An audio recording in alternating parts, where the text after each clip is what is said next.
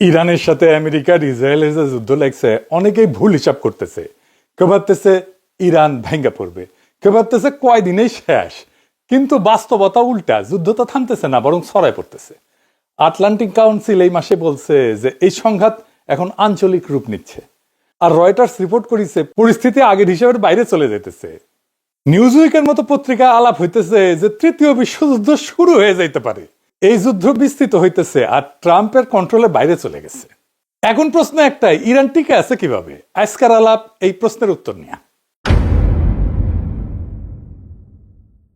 BNP রেজিমের বাণিজ্য উজির আমির খুশি কইছে মধ্যপ্রাচ্যের যুদ্ধ দীর্ঘায়িত হইলে অর্থনীতিতে চাপ আসবে, চাপ। এপিসোডের শুরুতে আর হাসলাম না, এইসব আন্তর্জাতিক মানের গেজেটেড ভালচুনদের তারেক রহমান উজির বানিয়েছে, এই জন্য আরো ডুববি। এই যুদ্ধ যে দীর্ঘায়িত হবে এটা তো নতুন কথা না। দুনিয়ায় যে ওলট পালট হওয়ার সম্ভাবনা দেখা দিচ্ছে, কোনো প্রিপারেশন আছে বিএনপি রেজিমের? ভাবতেছে তাদের নতুন প্রভু আমেরিকা আর ভাতার ইন্ডিয়া তাকে বাঁচিয়ে দেবে। এইবার ঘোড়ায় হাসতে পারে, হাসাই দিতে পারেন এডিটার সাহেব না দেন। আমেরিকা যার বন্ধু আর প্রভু, তার শত্রুর দরকার পড়ে না। আপনাদের মনে আছে না, ইরানে আমেরিকা আর ইসরায়েলে হামলা শুরু করলে কেউ কেউ কইছিল কয়দিনে উড়াই দিবে ইরানকে। কেউ কইছিল যে আর কত আছে, ইরানের মিসাইলে শেষ হয়ে যাবে। ইরান আর এটা ইরাক হবে, সিরিয়া হবে, লিবিয়া হবে। বাঙ্গুদের পররাষ্ট্র মন্ত্রণালয় ভাবিছিল জিতা পার্টির সাথে থাকি, জিত ইচ্ছে যেহেতু আমেরিকা, তার সাথে থাকি। তাই ওয়াশিংটন আর মোদির ভাষায় বিবৃতি দিয়েছিল। আন্তর্জাতিক মানের প্রথম শ্রেণীর গেজেটেড ভালচুনগুলা বুঝে নাই ইরান ইরাক হইবে না, লিবিয়া হবে না। আপনাদের সবার মতো আমিও কলে অবাক হয়েছিলাম যে কেমনে ইরান টিকে আছে, কেমনে তার ইকোনমি চলতেছে স্যাংশনের মধ্যে দিয়া। আজকার আলাপ ইরানের সেই অপ্রতিরোধ্য শক্তি তৈরির কথা। এটা আমার ক্ষুদ্র ভ্রাতার ভগিনীদের শিখাবে কিভাবে একটা প্রতিবন্ধকতা আসলে সেটাকে উতরায় যাওয়া যায়, সেটা তরিকা বের করতে হয়। আসেন শুরু করি ইরানের সেই মহাশক্তির উৎস কি। আমাকে আলাপটা একটু পিছে থেকে শুরু করা লাগবে, আমাকে মাফ করবেন, মেলা বিষয় নিয়ে না আসলে এটা বোঝা যাবে না। আমেরিকা কেন শক্তিশালী এটা নিয়ে আমি কয়দিন আগে একটা ভিডিও বানিয়েছিলাম, ভূগোল কিভাবে রাজনীতিকে প্রভাবিত করে, এটা দেখেছিলাম, তাই না? তো আমি আমার ভিডিওতে ইরানের ভূগোল নিয়েও কলে আলাপ করেছিলাম। ইরাকে স্থলপথে আক্রমণ করেছিল আমেরিকা, ইরান এটা সম্ভব না, এটা দেখাইছিলাম। এটা ইরানের রিলিফ ম্যাপ, মানে উঁচু নিচু পাহাড় গভীরতা সব সহ স্থলপথে ইরানে আক্রমণ করা আজকের দিনে প্রায় অসম্ভব। ট্রাম্প বলছিল যে ইরানের স্থলপথে হামলা চালাবে, ইরান বলছে স্বাগতম। ইরান প্রাকৃতিকভাবে সুরক্ষিত ভূমি, 3 দিক দিয়া দুর্গম পর্বতমালা দিয়া ঘেরা এক প্রাকৃতিক দুর্গ। আজকের দিনে ইরানের স্থলপথে আক্রমণ প্রায় অসম্ভব একটা কাজ। ইরান বলতেছে এই স্থলপথে আক্রমণ করলে ইরান কবে আহো ভাতিজা আহো। আলেকজান্ডারের টাইমে ঘোড়া টোড়া নিয়ে ট্রাই করলে স্থলপথে আক্রমণ সম্ভব হলে নি, তাছাড়া সম্ভব না। আর আজকের দিনে যুদ্ধ করা, যুদ্ধাস্ত্র বানানো মানে টাকা, টাকা আর টাকা, প্রচুর টাকা লাগে যুদ্ধ করতে। মিসাইল মারতেছে ইরান, শেষ হইতেছে না। এত মিসাইল কুটি থেকে আসিছে, টাকা পাইছে কোথায়? এর টাকা কই পেলো? এইরকম স্যাংশন, সে তো তেল বেচতে পারতেছে না।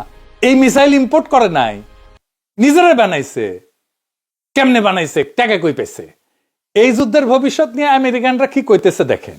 ইংরেজি যেহেতু কইছে তাহলে ঠিকই কইছে, তাই না? বাংলায় করলে হয় যে 2 সপ্তাহের বেশি সময় ধরে ধারাবাহিক বোমা বর্ষণের পর নতুন মার্কিন গোয়েন্দা তথ্য ইঙ্গিত দিতেছে যে ইরানের শাসন ব্যবস্থা এখন আগের চেয়ে বেশি করে ক্ষমতা কেন্দ্রীভূত করেছে। এটা ভেঙে পড়ার সম্ভাবনা কম এবং আগের তুলনায় আরো কঠোরপন্থী একটা নেতৃত্ব গোষ্ঠী দিয়ে পরিচালিত হইতেছে। ওয়াশিংটন পোস্টও একই কথা কইছিল, আমেরিকা যে হারিচ্ছে ইরানে, কারণ আমেরিকা যেটা সবচেয়ে বড় শক্তি ছিল সেটা তার বিরুদ্ধে কাজ করতেছে। কেমনে? আমেরিকার হয়েছে হাসিনার দশা। বঙ্গবল্টু আর মুক্তিযুদ্ধের চেতনা করতে করতে ফেদলা পেরে দিছে। আর গাট্টি বোসকা নিয়ে করতে করতে যে হাসিনা গাট্টি বোসকা নিয়ে যেমনি পলাইছে ইন্ডিয়ার, তেমনি আমেরিকার ডলার নিয়ে রাজধানী করতে গিয়ে মারাটা খাইলো। এটা বোঝা দরকার আমাদের সকলের, তাইলে ইরানের শক্তির পুরো ব্যাপারটা পরিষ্কার হয়ে যাবে। একটু পিছন থেকে শুরু করা লাগতেছে, তাছাড়া বোঝা কঠিন হবে। আমরা তো ভূগোল দিয়া বুঝেছি আমেরিকার শক্তির উৎস, কিন্তু আর একটা শক্তির উৎস আছে। সেই শক্তির উৎসটা আসলে কি? এক সময় আমেরিকার ডলার কলে কাগজ ছিল না, সোনা ছিল, সোনা। মানে আপনার হাতে যদি $35 থাকলে হইনি, তাহলে আপনি যা কবার পারলেন ভাই আমারে সোনা দেন, আর $35 আপনি 2.5 ভরি সোনা পেতেন, 2.5 ভরি $35। এইটা বলা হয়তো গোল্ড স্ট্যান্ডার্ড। গোল্ড স্ট্যান্ডার্ড কথাটা ওইটি থেকে আসিছে। আমেরিকা সোনা জমা রেখা ডলার ছাপাইতো, তখন অন্য রাষ্ট্রগুলো তাদের মুদ্রা ডলারের সাথে বেঁধে নিল। মানে কি দাঁড়াইলো, পুরা পৃথিবী সোনার বদলে ডলার ব্যবহার করতেছে, আর ডলারের পেছনে আছে আমেরিকার সোনা। খুব শুনতে সিস্টেম লাগতেছে না, সুশৃঙ্খল লাগিচ্ছে, তাই না? মেলা একটা চমৎকার সিস্টেম। কিন্তু সমস্যা শুরু হইলে এখানে, আমেরিকার তো খেসলত খারাপ, তার খালি যুদ্ধ কুরকুরায়। তা আমেরিকা যুদ্ধ করতে গেল ভিয়েতনামে, প্রচুর খরচা, সে ডলার ছাপাচ্ছে অনেক, কিন্তু সোনা সোনা তো আর বানাবার পারিচ্ছে না, এটা তো ছাপানো যায় না। তো পৃথিবীতে ডলার বাড়তেছে, কিন্তু এই ডলারের পেছনে সোনা বাড়তেছে না। মানে ডলার মিয়াকে সোনা মিয়া বানাইছে, আর সোনা মিয়াকে ডলার মিয়া বানাইছে, মাঝখান থেকে সোনা ডলার হয়ে গেছে। সেই টাইমে ফ্রান্স তার প্রচুর সোনা রেখেছিল, আমেরিকা ডলার নিছিল। তো চার্লস দা গল ও এসে কইল যে আমরা ডলার না সোনা চাই। ফ্রান্স জাহাজ পাঠাইলো আমেরিকা ডলার দিয়ে সোনা নিতে, একটা দুইটা না, বারে বারে পাঠাইলো। আমেরিকা থেকে সোনা বের হইতে থাকলো, ফ্রান্সে আসতে থাকলো। এখন আমেরিকা বুঝলো এভাবে চললে তো আমাদের হাতে হারিকেন। তখন নিক্সন 1971 সালে এক রাতে টেলিভিশন এসে কইল আমরা সাময়িকভাবে ডলারকে আর সোনায় রূপান্তর করতেছি না, এটা আবার ঠিক হয়ে যাবে পরে। তো এটা সাময়িক করলো, কিন্তু সেটা আর কখনো ঠিক হইলো না। এই এক সিদ্ধান্তে ডলার আর সোনার সম্পর্ক শেষ। ডলার আর সোনার সুখের সংসারে আসিল ভাঙ্গন। সানায়ের করুণ সুর বাজবে রিটার সাহেবেরা, ডলারের সাথে বিচ্ছেদ হইল সোনার। এরপর কি হইল? এরপর ডলার হয়ে গেল কাগজ, যার পিছে সোনা নাই, আছে শুধু বিশ্বাস। আপনি আজকে যে $100 হাতে ধরেন, সেটা আসলে সোনা না, এটার বিশ্বাস যে আমেরিকা শক্তিশালী থাকবে, তার অর্থনীতি থাকবে, তার সেনাবাহিনী থাকবে, তার আর পৃথিবী সেই ডলার মাইনা চলবে, ডলারের কর্তৃত্ব মেনে চলবে। এই জন্যেই আজ ডলার শুধু মুদ্রা না, এটা ক্ষমতা আর রাজনীতি, এটা একটা গ্লোবাল কন্ট্রোল সিস্টেম। একটা সময় মানুষ সোনার উপর ভরসা করত, আজ মানুষ ভরসা করে একটা দেশের উপরে, সেটা আমেরিকা। অনেকেই কয় আমেরিকা কেন যুদ্ধ করে খালি খালি? এই যুদ্ধের কারণ হইতেছে ডলারের মাতব্বরি টিকায় রাখা। বুঝেছেন? এটাই আমেরিকার মূল শক্তি। তার সামরিক শক্তি মূল শক্তি না, তার ডলার মূল শক্তি। কিন্তু গোল্ড স্ট্যান্ডার্ডের সাথে আলাদা করে ফেলায় ডলার কোলাপস করে 71-এর পরে। ডলারের দাম ধুর ধুর ধুর ধুর ধুর ধুর করে কমতে থাকে, কেউ বুঝে না, ধাই ধাই ধাই ধাই করে পড়তে শুরু করে। তখন আমেরিকা কি করলো? ডলারকে বাঁচাইতে একটা চমৎকার কাজ করলো। কি সেটা? এর উত্তর লুকানো আছে মরুভূমিতে, সৌদি আরবে। দৃশ্যটা কল্পনা করেন, 1970-এর দশক। বিশ্বের সবচেয়ে গুরুত্বপূর্ণ জিনিস কি ওই সময়? তেল। তেল। আর সেই সময় তেলের সবচেয়ে বড় মালিককে? সৌদি আরব। 1973 সালে আমেরিকার সৌদি আরবের মধ্যে একটা চুক্তি হয়। আমেরিকা কইল যে আমরা আপনাদের নিরাপত্তা দেব মহারাজা, অস্ত্র দেব, রাজনৈতিক সাপোর্ট দেব, আর আপনি সৌদি আরব আপনার বিনিময়ে, আর সৌদি আরব আপনি কি করবেন? আপনি তেল বেচবেন ডলারে, আর সেই ডলার যে পাবেন, সেই ডলার আমেরিকার বিনিয়োগ করবেন, আমেরিকার বন্ড কিনবেন। মানে আমেরিকান বন্ড কিনবে সৌদি আরব ডলার দিয়া। বাংলাদেশে যেমন প্রাইস বন্ড আছে না পাবলিকের জন্য, সেই রকম আমেরিকা বিভিন্ন রাষ্ট্রের জন্য বন্ড ছাপে, এগুলোকে বলে সভারেন বন্ড। সেগুলো আবার নানা রাষ্ট্র কিনেও। চায়না প্রচুর কিনে রাখছে, সৌদি আরব তো কিনেই, বাংলাদেশ সকলে কিনে। হ্যাঁ, এই যে সিস্টেমটা তৈরি হইল পেট্রোল বেচবে ডলারে, এটারই বলা হয় পেট্রো ডলার সিস্টেম। শুনেছেন না? এটাই সেই জিনিস। এটার মানে পৃথিবীর যেই দেশি তেল কিনতে যায় তাকে আগে ডলার জোগাড় করতে হয়, তাই না? ডলার চায় সবাই, সবাই ডলার রাখতে বাধ্য হয়। ডলার আবার একটা অ্যাঙ্কর কারেন্সি হয়ে গেল। অ্যাঙ্কর কারেন্সি মানে সেই কারেন্সি যার বিপরীতে সব দেশের মুদ্রার মান বা টাকার মান ঠিক করা হবে। বাংলাদেশের টাকা কতটা শক্তিশালী এটা বোঝার জন্য আমরা কি করি? আমরা $1 কিনতে কত টাকা লাগে সেটা দেখি, তাই না?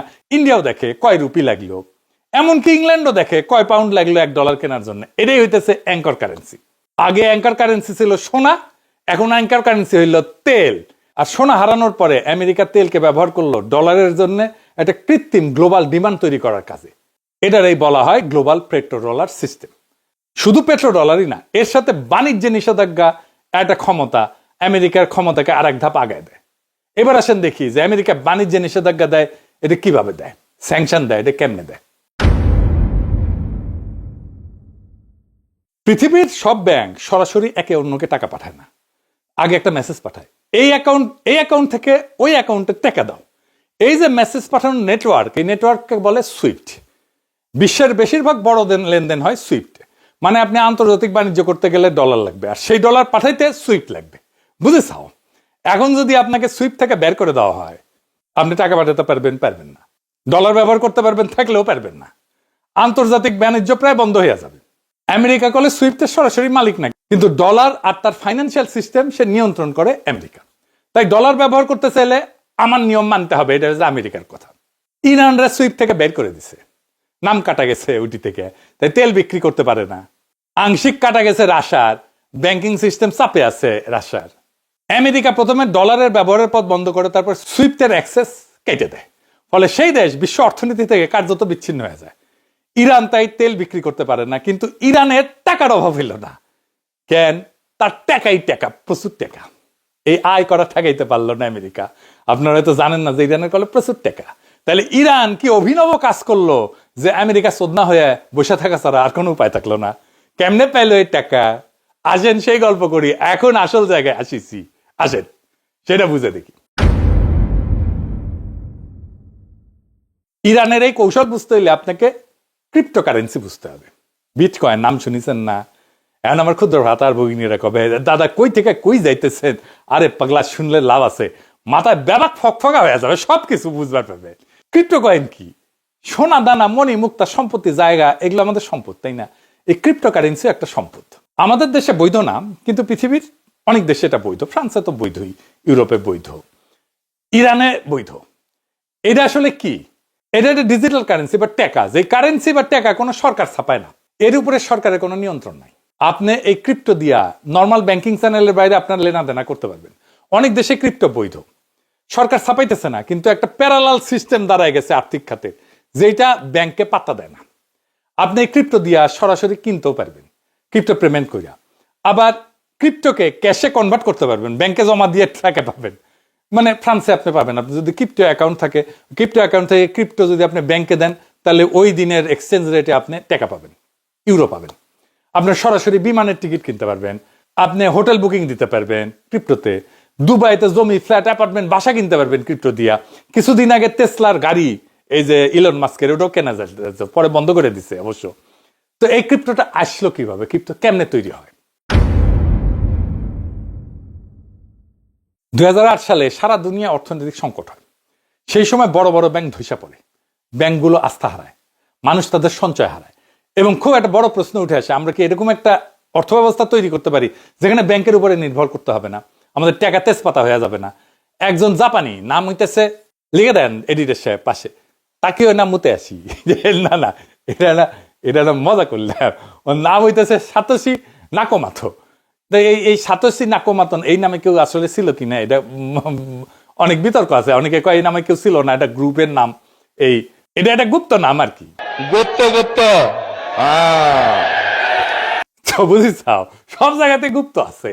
তো উনি প্রস্তাব দিছে যে এমন একটা ব্যবস্থা করা হোক যেখানে দুইজন মানুষ সরাসরি একে অন্যকে টাকা পাঠাতে পারবে, এক্সচেঞ্জ হবে, মাঝখানে কোনো ব্যাংক থাকবে না। তো 2009 সালে তিনি প্রথম বিটকয়েন চালু করেন। তো টাকা ধরেন ব্যাংকে ছাপায়, তাহলে বিটকয়েন কে বানায়? বিটকয়েন তৈরি হয় কম্পিউটারে, ম্যাথমেটিক্স, গণিত আর প্রতিযোগিতার মাধ্যমে।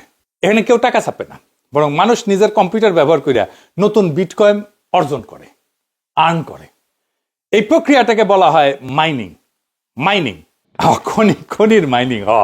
তো এটা কেমনে কাজ করে এটা বুঝে বলি। ধরেন আপনি কাউকে বিটকয়েন পাঠাইতে চান, আপনি আপনার ডিজিটাল ওয়ালেট থাকে, ওখানে বিটকয়েন জমা থাকে, এই লেনদেনটা শুরু করলেন। এই তথ্যটা পুরো নেটওয়ার্কে ছড়ায় যায়, তারপর নেটওয়ার্কের কম্পিউটারগুলো এই লেনদেন যাচাই করে, যাচাই হয়ে গেলে এটা একটা ব্লকে যুক্ত হয়ে যায়, এবং এটা একটা চেন তৈরি করে, ব্লক চেনে স্থায়ীভাবে সংরক্ষিত হয়। এই পুরো প্রক্রিয়ায় কোনো ব্যাংক নাই, কোনো মধ্যস্থতাকারী নাই, শুধু প্রযুক্তি আর নেটওয়ার্ক। এটা আরেকটু বুঝে দেখি, মানে এই যে ব্লক চেন, এই জিনিসগুলো একটু বুঝতে বোধহয় সমস্যা হয়েছে, তাই না? আচ্ছা, আরেকটু বুঝে দেখি এটা। আমরা তো দেখলাম যে বিটকয়েন তৈরি করার পদ্ধতিকে বলে মাইনিং। এই কাজটা অনেকটা লেনদেন ভেরিফাই করার মতো। অ্যাকাউন্টেন্ট যে কাজটা করে, অডিট যে কাজটা করে, ওই রকম। উইকিপিডিয়ায় যেমন অনেকে মিলে কাজ করে না একটা পাতা তৈরি করতে, তারপরে ভেরিফাই করে, এটা অনেকটা এইরকম। আপনি যদি কাউরে একটা ক্রিপ্টো দেন বা লেনদেন করেন, এটা কে ভেরিফাই করবে? এই মাইনাররা ভেরিফাই করে, যারা ক্রিপ্টো মাইনিং করে, যারা ক্রিপ্টো আর্ন করে। ভেরিফাই করলে পুরস্কার হিসেবে বিটকয়েন পায়, ক্রিপ্টো পায়। কেমনে বুঝায় বলি। এই প্রসঙ্গে একটা মজার বিষয় বলি, তারেক রহমান একটা ফোনের ছবি বাইরেছিল না, এই যে এটা দেখেছিলেন, এই স্মার্টফোনের নাম হইতেছে সিরিন ল্যাবস ফিনি। এটারে পৃথিবীর প্রথম ক্রিপ্টো নেটিভ স্মার্টফোন বলা হয়, মানে ক্রিপ্টো কেনা বেচা যারা করে তাদের জন্য এটা বানানো। তো বাংলার লুথার কিং এটা কেন ব্যবহার করেছে কে জানে, আল্লাহ জানে। সিএনএন কলে একটা স্টোরি হয়েছিল এটা নিয়ে। হ্যাঁ, তো তো বিএনপির লোকেরা কইছিল যে এটা দুনিয়ার সবচেয়ে সিকিউর ফোন। এটা দুনিয়ার সবচেয়ে সিকিউর ফোন না, এটা ক্রিপ্টোর ফোন, মানুষের দূর পটায় না।